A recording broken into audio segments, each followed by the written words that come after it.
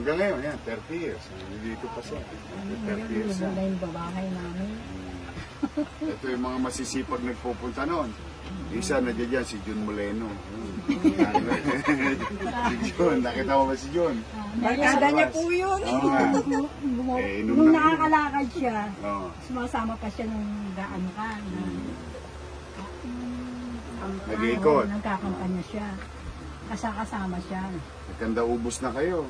Meron pa tayo isa yung presidente rin natin na isa, I think 15 years ago. Si Kuya Boy. Mas Boy, Oo, si Boy. 10 years ago. No? Nauna na po eh. Eh at least yung lupa, napakinabangan ng salin dahil.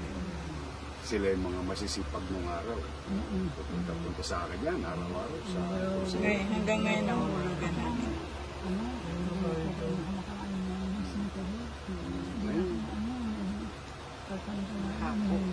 Masaya lang ako, napakinabangan mo yung hirap mo nung araw.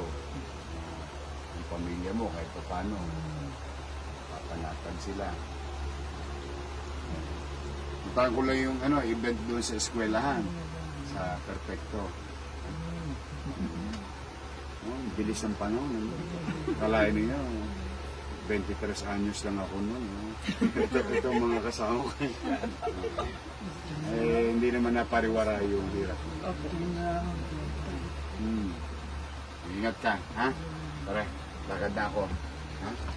Okay.